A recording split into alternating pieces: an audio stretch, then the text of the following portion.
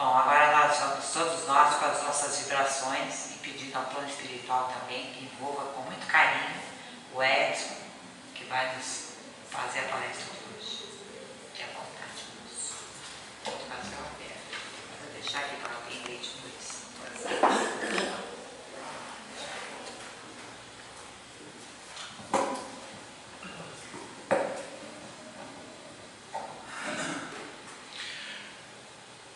Muito boa noite a todos. Que Jesus nos abençoe e nos permita refletirmos em torno dos ensinamentos que Ele nos deixou. A proposta de Jesus é ímpar, porque passados já mais de 2000 anos do advento do Cristo junto conosco, nada se modificou dos ensinamentos morais que Ele nos trouxe. Nós que ainda não aprendemos a fazer uso desses conhecimentos que nos foram trazidos com um código que abre as portas dos céus. Quando nós nos referimos ao abrir as portas dos céus, não nos referimos a esse céu beatífico, a esse céu que nós passamos a imaginar como o alto, não é? Como o acima, mas um céu repleto de casas, de moradas, criadas para nós por Deus.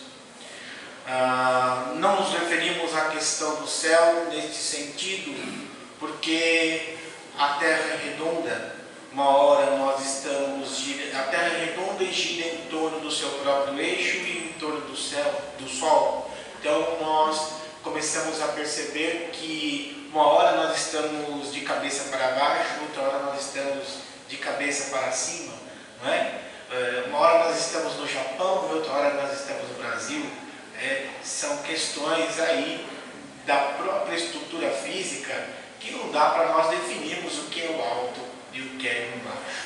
Então, naturalmente que Jesus não se referia a um céu conforme nós imaginamos. E hoje nós estamos já na era espacial. Nós já sabemos que o universo é repleto de constelações. Há um gigantismo enorme fora dos limites de nossa Terra, cujo qual nós já estamos investigando e percebemos que, conforme nós fomos ampliando as capacidades de percepção e de pesquisa, há uma infinidade de outros mundos e a probabilidade de vida daqui a algum tempo será por nós descoberta ou contatos serão feitos e nós teremos de perceber a grandiosidade de Deus, de modo que o Pai que nos foi apresentado por Jesus hoje para nós traz uma compreensão totalmente diferente daquele tempo. Então Jesus já vem nos apresentando um Pai de amor e misericórdia e hoje, com o advento do Consolador, nós sabemos que Deus é a causa primeira de todas as coisas. Que não dá para que nós façamos qualquer comparação com o Pai, com Deus, porque nos falta atributos para conhecê-lo, para entendê-lo na sua essência. Não é? Por exemplo, como faríamos para fazer uma ideia adequada sobre justiça? A nossa justiça, ela ainda é uma justiça que se pauta por fatos que a gente percebe no cotidiano, não é? Por ideias e conceitos que nós avaliamos segundo os acontecimentos. Deus vê antes, Ele vê a intenção. Então a justiça de Deus é equânime, ela é linear, ela se opera sempre, porque as leis de Deus, naturalmente, como uma lei de justiça, estão inseridas no nosso íntimo, na nossa consciência, como assevera o livro dos Espíritos. Muitos de nós procuramos, aqui não vai nenhuma crítica a quem quer que seja, procuramos um livro sagrado, né? Um livro sagrado. Nós temos aí a Bíblia como um livro sagrado. Mas será que Deus, sendo um Deus cósmico, um Deus que é a perfeição absoluta, colocaria os seus desígnios só num simples livro que pode se acabar de repente? Porque de repente as bibliotecas podem pegar fogo e nós podemos perder as edições desses livros. Mas a sabedoria de Deus é tamanha que Ele inseriu o código de amor e de misericórdia na nossa consciência. As leis de Deus estão inseridas na nossa consciência. E por estarem inseridas na nossa consciência é que nós muitas vezes nos pegamos em conflitos, nos pegamos aí com dificuldades quando nós cometemos atos ruins. Não é pelo fato de nós recebermos uma educação religiosa, mas por aquilo que já está inserido na nossa alma, que quando expandida ou quando adquire conhecimentos, essas possibilidades íntimas, elas se tomam proporções no nosso íntimo, então nós temos que lidar com as dificuldades, ou com os nossos remorsos, ou com as nossas angústias, não é? Não é pelo fato de nós termos livros escritos, mas por aquilo que está inserido lá na nossa alma, na nossa consciência. A doutrina espírita nos indica, nos ensina, quem pensa é o Espírito. Se é o Espírito que pensa, todo o trabalho nosso de desenvolvimento do conhecimento deve amadurecer o nosso espírito, para que o nosso espírito possa controlar melhor o nosso corpo. Se o nosso espírito estiver em desequilíbrio, o nosso corpo, por consequência, também estará.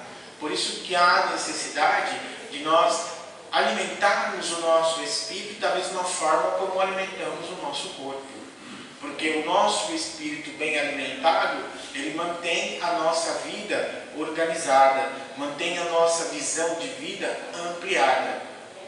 Quando nós pensamos na questão da ampliação da nossa vida, também não é uma questão simples ou simplória, de nós apenas conseguirmos aí recursos para podermos ter conhecimentos. A proposta de Jesus, naturalmente, vai muito mais além do que esse propósito que muitas vezes nós aprendemos com a convivência social, que é aquela questão de você decorar, de você criar ideias, porque isso te foi ensinado.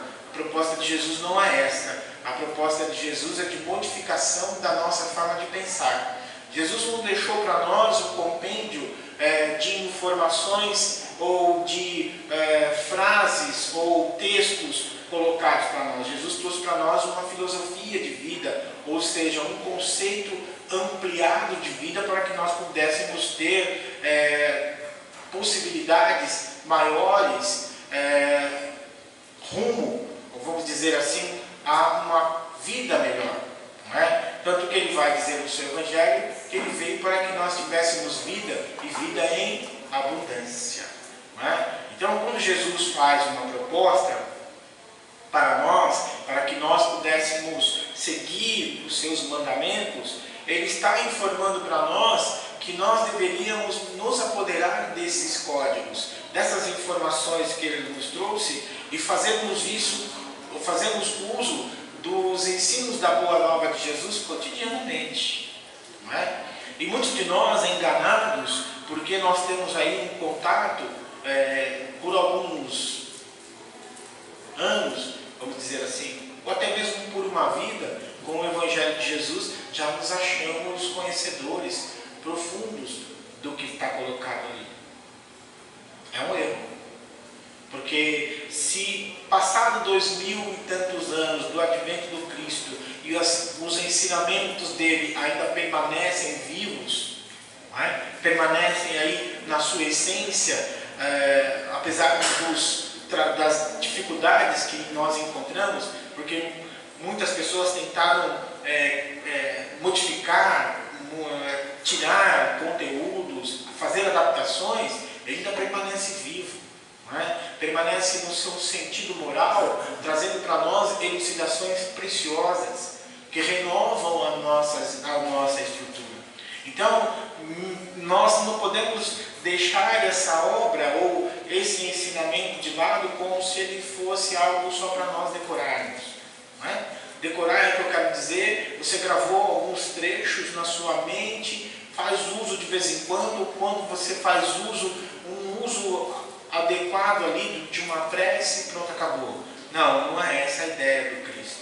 A ideia do Cristo é que nós nos comportemos no nosso cotidiano de acordo com as propostas que Ele nos trouxe.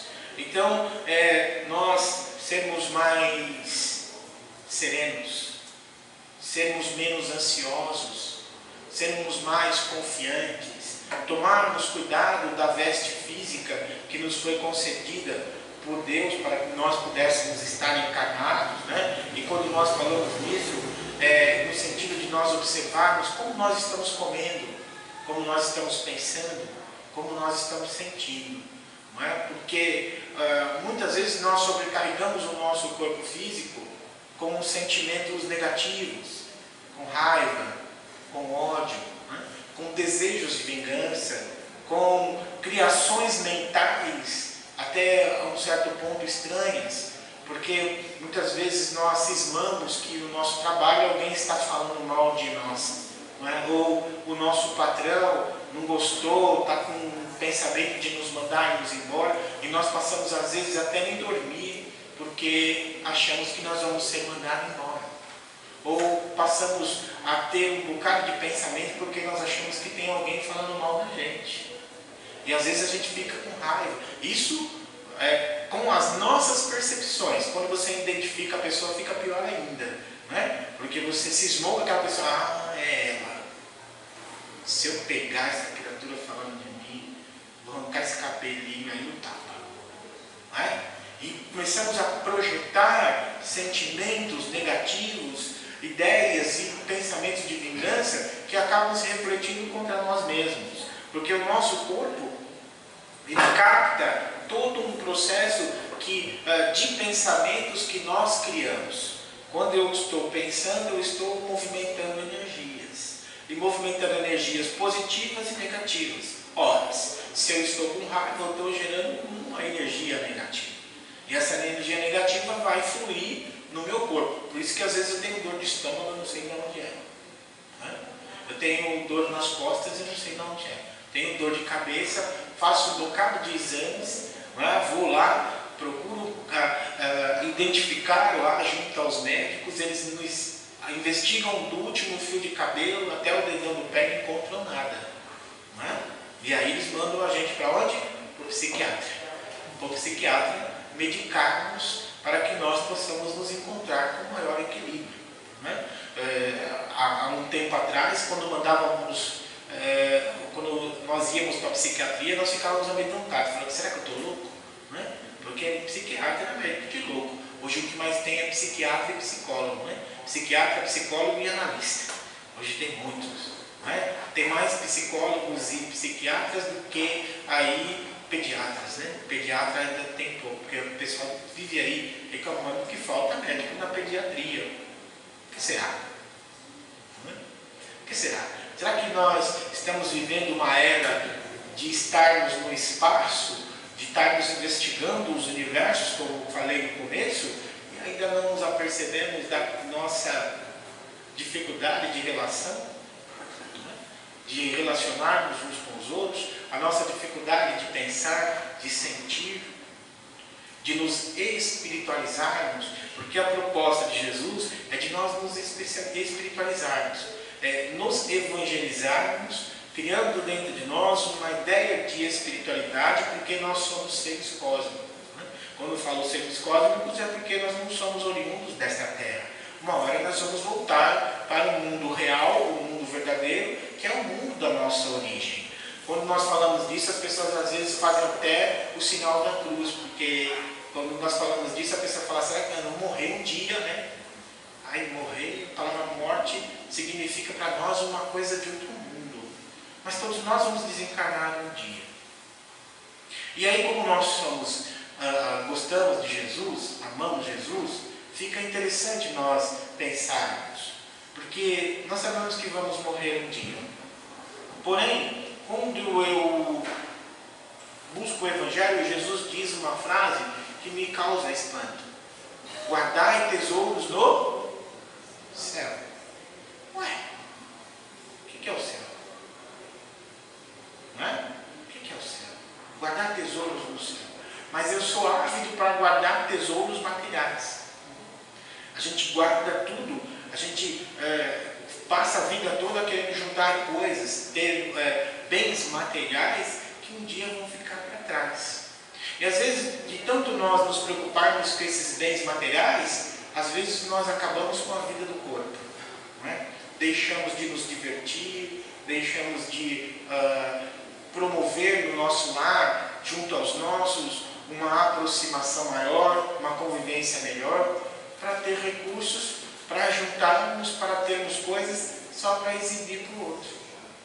Eu conheci uma pessoa, muito interessante o comportamento, que ela começou a melhorar de vida, então ela comprou uma moto.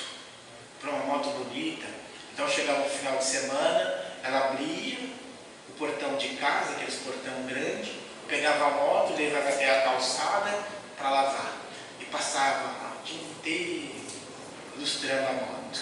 A moto ficava brilhando. Aí pensava que ele ia sair com a moto, ele deixava a moto paradinha na porta e ficava lá de dentro olhando a moto no portão. Aí ele falou: mas que comportamento estranho.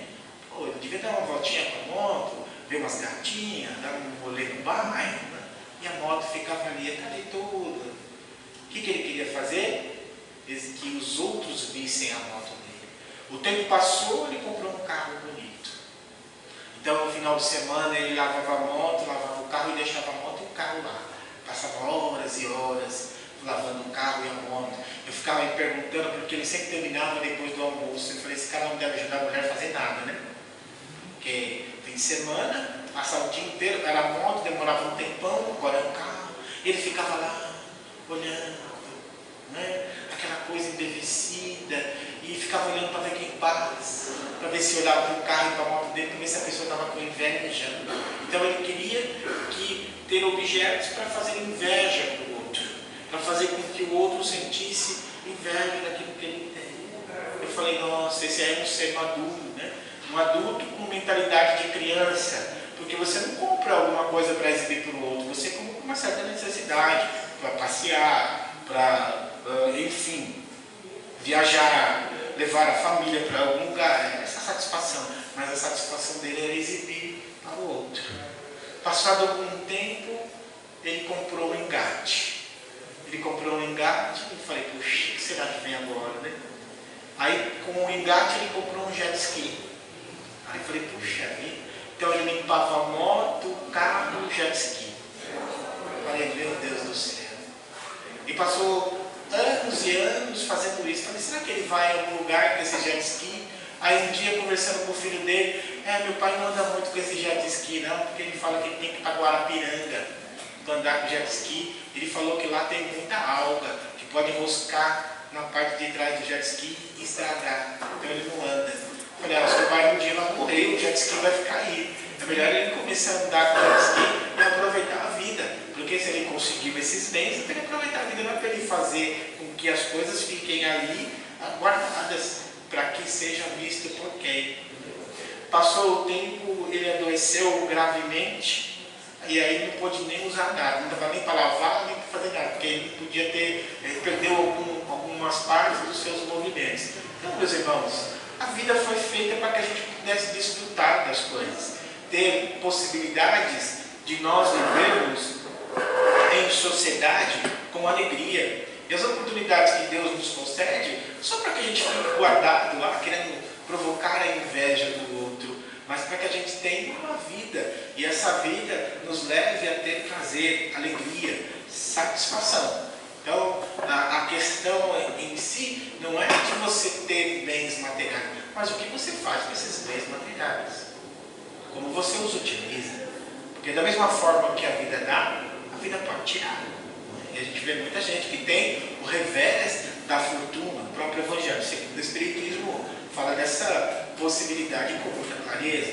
A saúde também, se ela não é preservada por nós, a um certo tempo ela se esvai.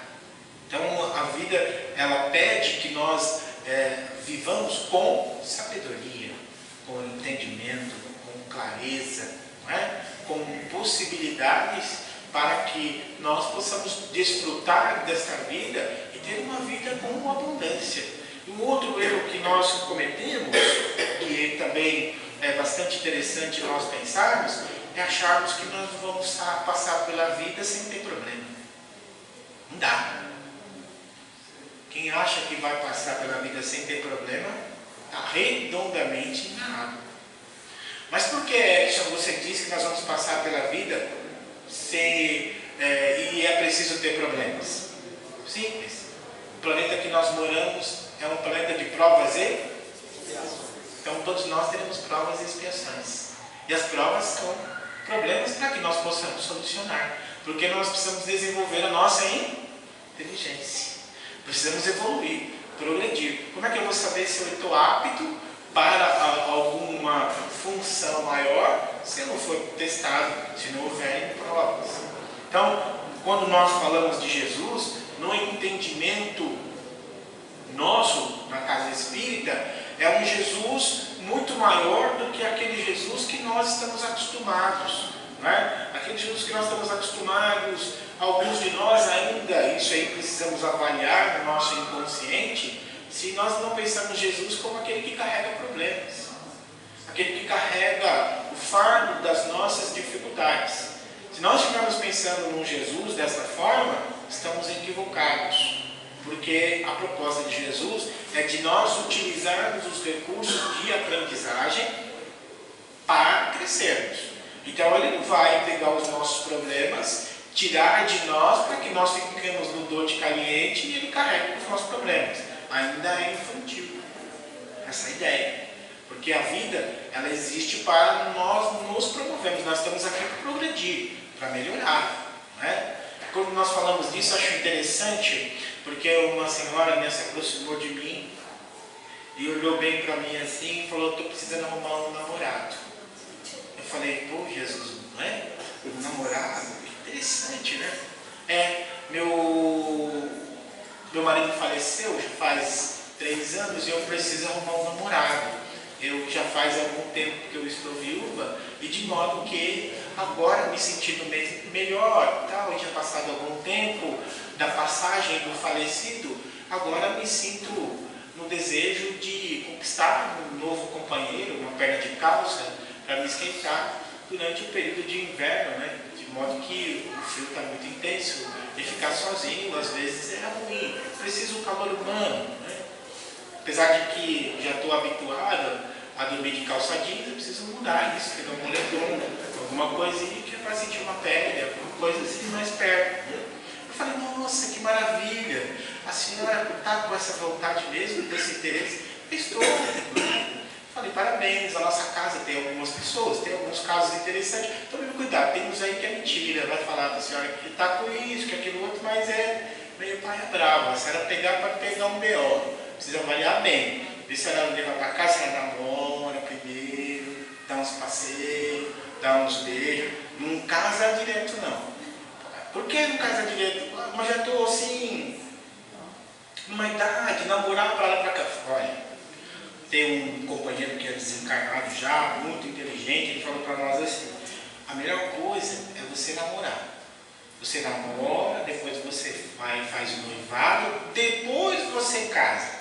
Aí eu fiquei curioso e falei: porque nós fazemos o contrário hoje. Primeiro a gente casa e depois vai para o namoro, né? Porque a gente começa pelo fim. Aí eu falei: mas poxa, doutor Reinaldo, por que isso? Porque é no namoro que você conhece, né? No namoro, se ficar muito no pé, for muito ciumento, for aquela pessoa muito pegajosa, você já se deu. Porque depois vai te pôr cabresto. Né? Então, você está acostumado a ir na casa espírita, ela está acostumada a ir na casa espírita todo fim de semana, a servir, ele é ciumento, eu falo: você vai todo dia agora? Não é? E aí daqui a pouco você está vindo, você vinha 2 dias, vai vir um, e quando vem um, vai vir meia boca, porque você vai, ele está ali Você sabe que ele está bravo, porque você vê e você não vai nem vibrar direito. Que é capaz de você, como trabalhadora da casa, com medo do seu marido, vem um assistido para tomar um passe, você pensando no ciúme dele, você vibra uma energia ruim, ele sai daqui torto e ainda vai para a casa, porque você está vibrando ruim. Então, nós temos que ter bom senso. Namora, se ficar muito no pé, você já dispensa e arruma outro. Aí falou, porque senão você dá problema. E o problema não é só com ele, não é só com você. O problema vai ser até com Jesus. Como assim um problema com Jesus? Você já imaginou? Você com um problema lá, você arrumou um namorado, que é um namorado. O namorado veio, você vibrou, o namorado apareceu, veio um BO, você está compromissada com Jesus, Jesus conta com você um dia na casa para você servir, o BO não deixa você vir, e quando você vem, você vibra uma energia ruim e Jesus tem que corrigir o seu erro. Então, você vai dar problema lá para Jesus, então ele não vai aceitar. Então você precisa pensar. Então namora, vai devagar, né? Porque se você arrumar um compromisso muito grave, você vai ter problemas. Isso se você não arrumar uma obsessão. Aí fala, como obsessão? Existe obsessão de encarnado para encarnado, de desencarnado para encarnado, de encarnado para desencarnado e de desencarnado para desencarnado. Seu Edson, Aí você arruma um encarnado aí que é obsessor, como é que vai ficar? Você vai ter que se internar lá no setor de desobsessão, lá na nossa terapia, você não vai sair mais lá. Porque até o dito cujo ir embora, você já vai passar uns anos, você já está numa idade, vai ver, acabou. Quando já está de volta no plano espiritual, não fez nem metade da tarefa que você tinha para cumprir aí. De modo que então nós precisamos ter o quê? Inteligência. Usar bem os nossos recursos íntimos de aprendizado para que a gente possa extrair o melhor da oportunidade que é concedida por nós nesta encarnação. Porque Jesus não poderia, meus irmãos, aí vou repetir para vocês, que Jesus não poderia ter trazido para nós um simples código que ficasse para nós a posteriori, só para que nós pudéssemos observá-los e criar no nosso íntimo esse mecanismo de uma fé vazia, uma fé que não se movimenta. Mas o que é isso? Fé vazia, fé que não se movimenta. Primeiro, que nós jogamos tudo nas costas dele, e depois, segundo, que a gente não tem fé na gente. A gente não acredita na gente mesmo. E aí, quando você começa a estudar a espiritualidade e estudar a doutrina como ela merece, você vai prestar atenção no Evangelho segundo o Espiritismo e vai estar escrito lá, fé humana e fé divina. Nós temos que ter fé em nós. Porque se eu não acreditar na minha capacidade, eu nada faço. Jesus pode estar do meu lado, os imortais podem estar do meu lado, e eu estou ali. Sem ter coragem de movimentar as minhas estruturas para as conquistas que eu devo fazer. Então eu preciso confiar em mim, acreditar em mim, acordar de manhã, olhar para mim e falar, o que criou em mim? Vocês viram por quê? Isso é falta de caridade. Isso é falta de caridade. Ainda bem que eu não falei o que eu pensei antes. Eu já ia me comparar com um Deus de Washington, esses assim mais, não é? Que eu sou parecido com ele. Eu acho que não ri não, Alex, porque você sabe que nós é parceiro. Pode rir do amigo, né? O Alex é um amigo de muito tempo. Eu estou cobrando dele ali para ele dar uma força comigo, né? Bem positivo aí para o amigo. Mas é uma brincadeira, mas é uma realidade, meus irmãos. Porque se nós não tivermos esse processo de crença no nosso potencial, nós pouco realizamos diante da vida.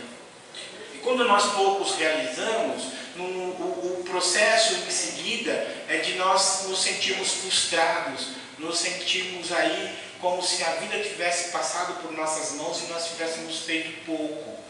Porque todos nós carregamos no nosso íntimo um planejamento espiritual. Nós não estamos aqui neste mundo a Deus dará, como diriam os nossos antigos. Nós estamos aqui porque nós temos um propósito de vida. Nós encarnamos porque nós trazemos dentro de nós uma necessidade de progresso. E essa necessidade de progresso foi elaborada por nós lá no plano espiritual. De modo que nós precisamos estar aqui e descobrir qual é a nossa essência, qual é o nosso talento. Por que é que eu estou